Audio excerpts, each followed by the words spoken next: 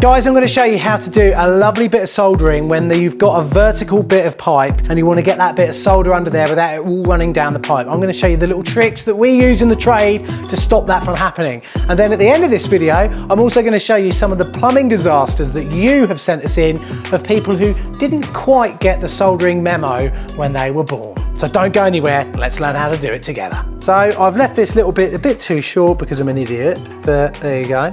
We're going to solder up this whole little area here. I've just got to add this little extra piece on, all right? So just give me a sec, everybody. Already, I have cleaned and fluxed this joint. You can see the flux just sticking out there at the bottom. That is one of the reasons you get snots running down. So I've got a fluctuator here. You can get these on our Amazon store. I've got to fill that one up. I have Laco flux in mine because I like to live a life on the edge. So look, there we go. Pop a little bit on the end here. You can clean these down. This is brand new pipe. Sometimes it is a good idea to give it a bit of a wash down, but it should solder just perfectly. Now I'm gonna, a little tip for you, extra tip. When you've got a bit of that on there, yeah, spray a little bit of that stuff. What's it called? The stuff. You know what I mean. Cool gel. Here you go, cool gel by Laco again. Bit of cool gel on there. Just saves these, makes them last just a little bit longer. After a while, the more you put on, the more it soaks in, because none of these heat mats are, funny enough, they're not designed, from what I can make out, to actually deal with any amount of heat whatsoever. Also, just pop a screw into the wall.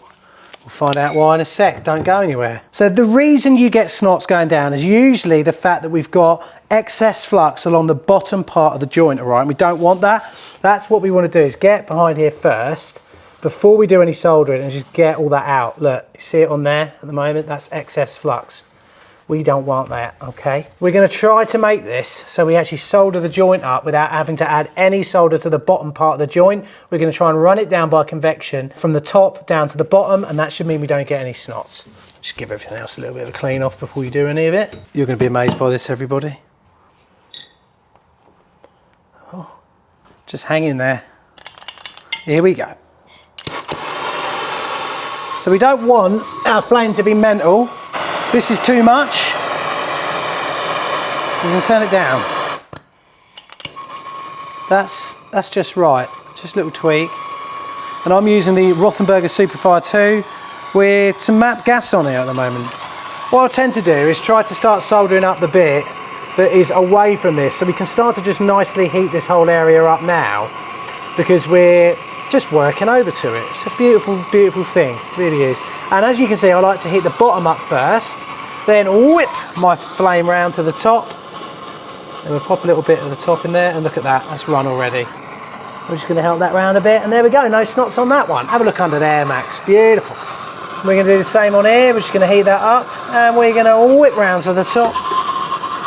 Pop a little bit in the top like that. Oh, a little bit of a driblet there, but that's just come straight off. And look, you see that little bit there? It's just run now nicely in. Look how far away I'm keeping my torch away. Sometimes a tip as well is to take the heat away and then add some solder. Look at that. That'll still go in. You have a little bit more control over the situation if you do that.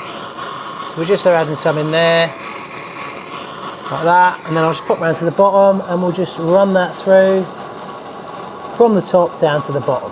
So now nearly the hard one. So at the top piece here, just run that whole pipe up, get that nice and warm.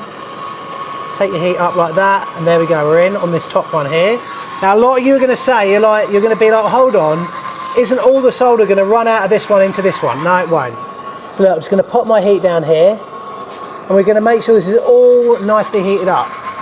Like so. And I'm gonna pop some in at the top, like that.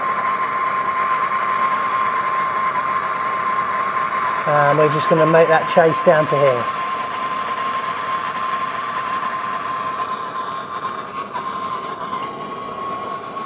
And we've got a bit there.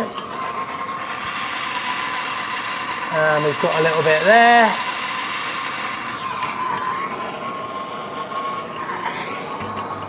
Got a bit there. And just a tiny bit more at the top here.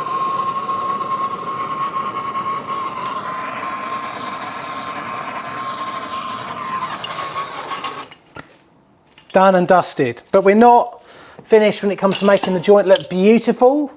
Obviously, you guys know that I often use Brasso. I did have a little bit of wire about that's on the floor somewhere in this studio and I can't find it. Before we started filming, I was swearing, couldn't find it. But what we now do is just let that cool down naturally. If you want, just take off your little burn mat and look at that. The burn mat's actually survived for once. Honestly, though, the burn mats are mental. Like whoever, if you can invent a burn mat that doesn't fall apart without you having to use cool gel, you'd be a very rich man or woman. Once you've allowed that to cool, get that a little bit of a clean down.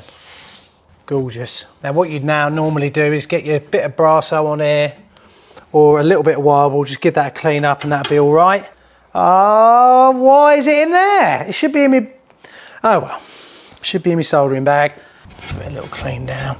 But that's the sign there that you've got a AA rated plumber, right? Do you want me to show you what a AAA rated plumber looks like? I'll show you. If you want to excel in plumbing, guys, and if you're an apprentice, turn up to the job with a bit of Brasso. They will be like, what you got that for, mate? You'll be like, watch this, boy. And then you'll get out your bit of blue roll. and then we buff. See, we're going buffy. Goes black. Look at all that stuff that's come off. And it will stay clean like that for probably a couple of years, and then it just dulls again over time. But that don't matter. While you're waiting for the invoice to come through, this is what they see.